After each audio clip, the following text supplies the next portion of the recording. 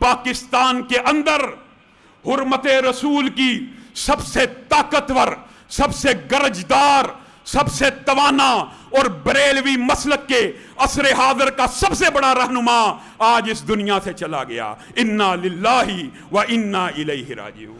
मुअज़्ज़ज़ सामीन गिरामी कदर, गुज़िश्ता हफ्ते में एक बहुत बड़ा हादसा और सानहा ये हुआ कि बरादर अकबर सिराजुल हक साहिब जो अमीर जमात इस्लामी हैं, उनकी वालिदा इस दुनिया को छोड़कर रुखसत हुई। ये वो अजीम माँ थी जिसने एक फटी हुई जूती पहनने वाले बच्चे को, जब सिराजुल हक साहब बच्चे थे, उन्होंने अपनी माँ से आके ये शिकायत की, ऐ मेरी माँ, मेरी जूती फटी हुई है और स्कूल के बच्चे मेरी जूती फटी हुई का मजाक उड़ाते हैं। मैं उस वक़्त तक अब स्कूल नहीं जाऊंगा जब तक आप मुझे नया जूतियों का जोड़ा नहीं लेके देती। माँ तो फिर माँ होती है, दिल पे चोट लगी, पैसे टटोले, इतने पैसे भी मौजूद नहीं थे कि बेटे सिराजुल हक को एक नया जूतियों का जोड़ा लेके दे सके। माँ ने एक तदबीर की, जो तदबीर आज पूरे पाकिस्तानियों के लिए एक मशअले राह है। माँ ने कहा, बेटा इधर आ। बेटा पास आया, बेटे के सर के ऊपर एक टोपी रखी और उस टोपी को तिरछा कर दिया।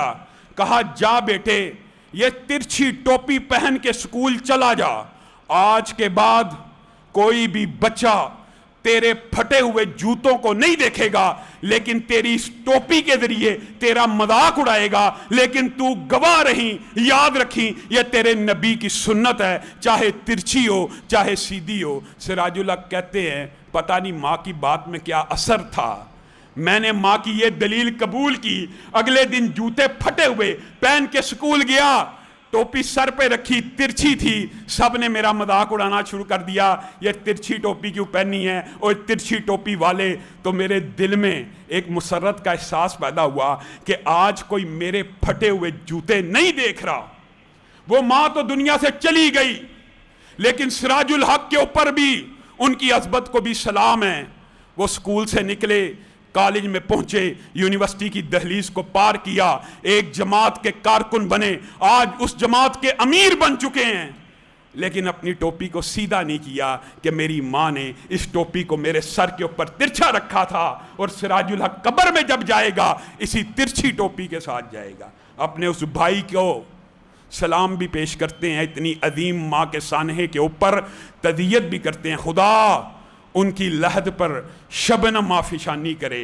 और दूसरी बात, निहायत दुख और अफसोस की आज बात है, हजार खौफ हों मगर हो जुबां दिल की रफीक। मस्जिद के दिल से आपके सामने ये बात रखना चाहता हूं, पाकिस्तान के अंदर हुर्मत रसूल की सबसे ताकतवर, सबसे गरजदार, सबसे तवाना और बरेलवी मसलक के असर हाज़िर का सबसे बड़ा रहनुमा आज इस दुनिया से चला गया। इन्ना लिल्लाही व इन्ना इलैहि राजिऊन। हादम हुसैन रिजवी उस वक़्त हुर्मत रसूल के लिए खड़ा था। बाद लोग हमें बातें करते हैं, हम गलत कह रहे हैं। हुर्मत रसूल के लिए हादम रिजवी उस दिन भी खड़ा था, और वफा के रस्ते का हर मुसाफिर यही खड़ा कहेगा कि हादम रिजवी तुम खड़े थे जिस वक़्त मजबूत टांगों वाले, मालिशें करने वाले और मालिशें करवाने वाले, मजबूत टांगों वाले हुर्मत रसूल का सौदा करके घर में बैठे हुए थे। ये माजूर टांगों से माजूर हुर्मत रसूल के लिए चल रहा था। टांगे नहीं थी मगर चल रहा था।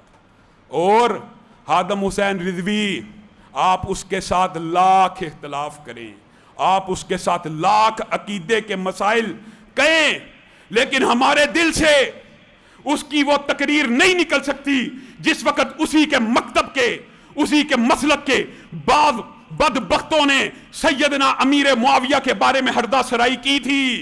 तो हादम रिजवी ने उस वक़्त ये अल्फाज कहे थे, और किस अंदाज में कहे थे।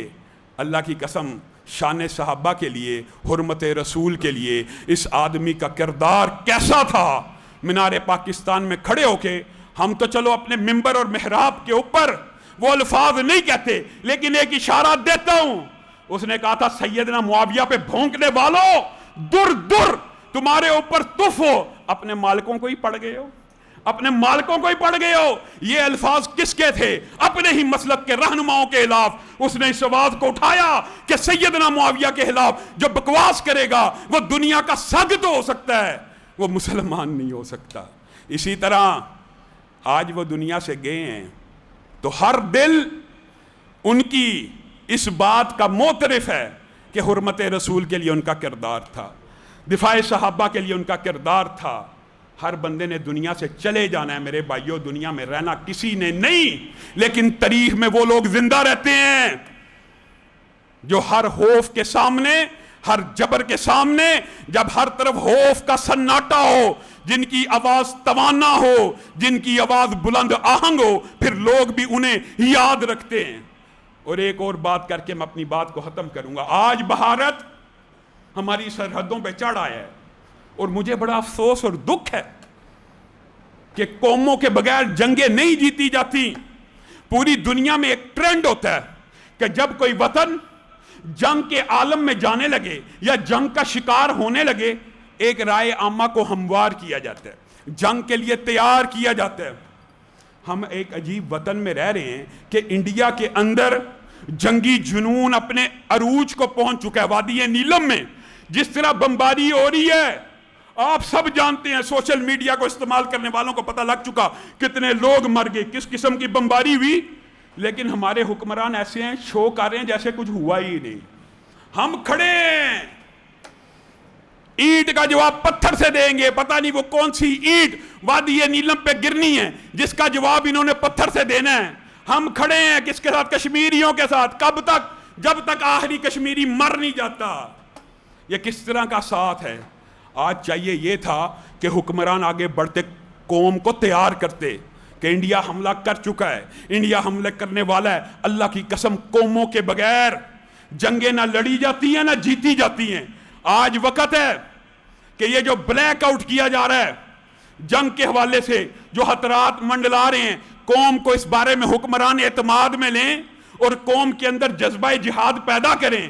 اللہ کے فضل و کرم سے ہم یہ بھی خراج تحسین پیش کرتے ہیں کہ کم از کم ہماری فوج کے اندر کچھ افسران ایسے ہیں جنہوں نے ہندوستان کی پوری سازش بے نقاب کر کے عوام کے سامنے رکھ دی. ان کو خراج تحسین ہے.